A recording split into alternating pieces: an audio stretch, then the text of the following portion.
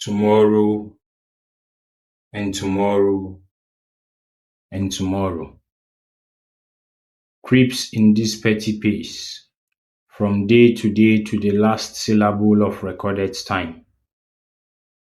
And all our yesterdays have lighted fools the way to dusty death.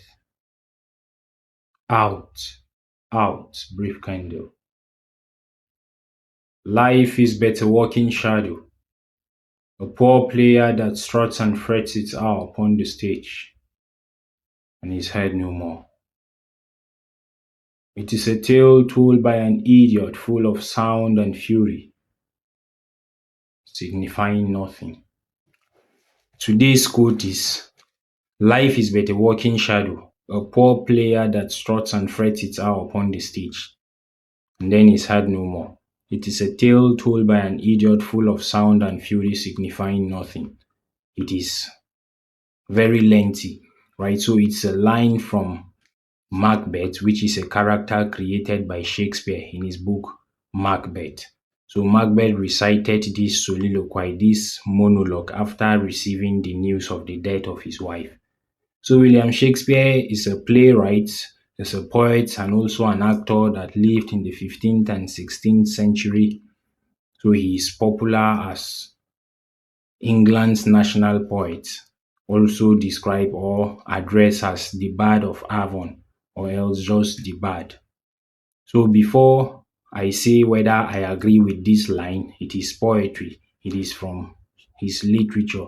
Whether I agree with that perspective or not, let me break it down.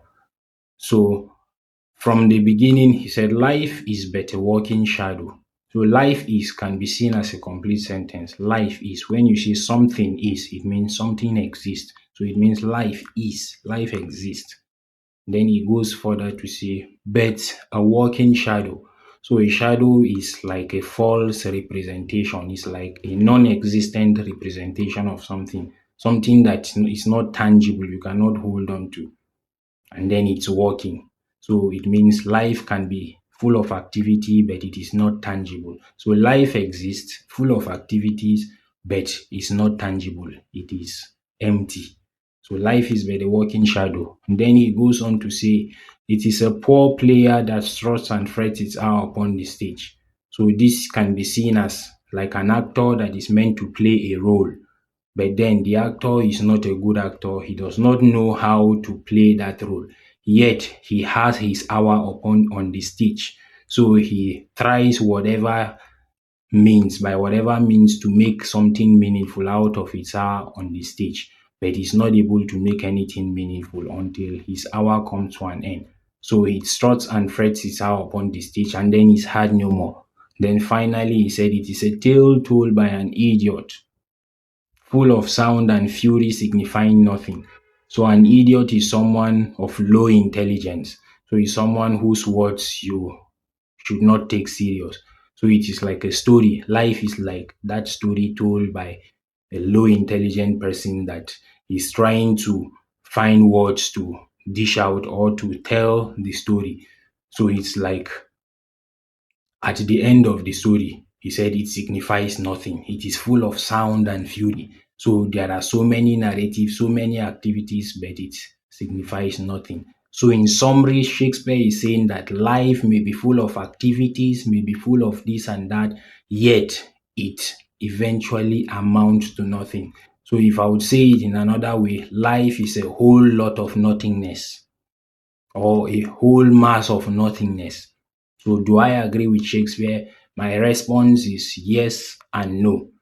I will explain. On the part of yes, I agree with Shakespeare because he wrote it as a poet, or else Macbeth recited it as poetry. So, in poetry, everything is possible, or anything is possible.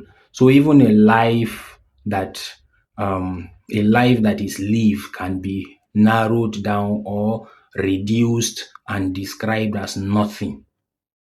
So poetry may permit that. Poetry may permit exaggeration. Somebody's life can be so useless that a poet will describe it as a mass of nothingness, or this life full of activities, yet it is actually nothing. It is actually empty. So I agree with that. very poetic and very possible.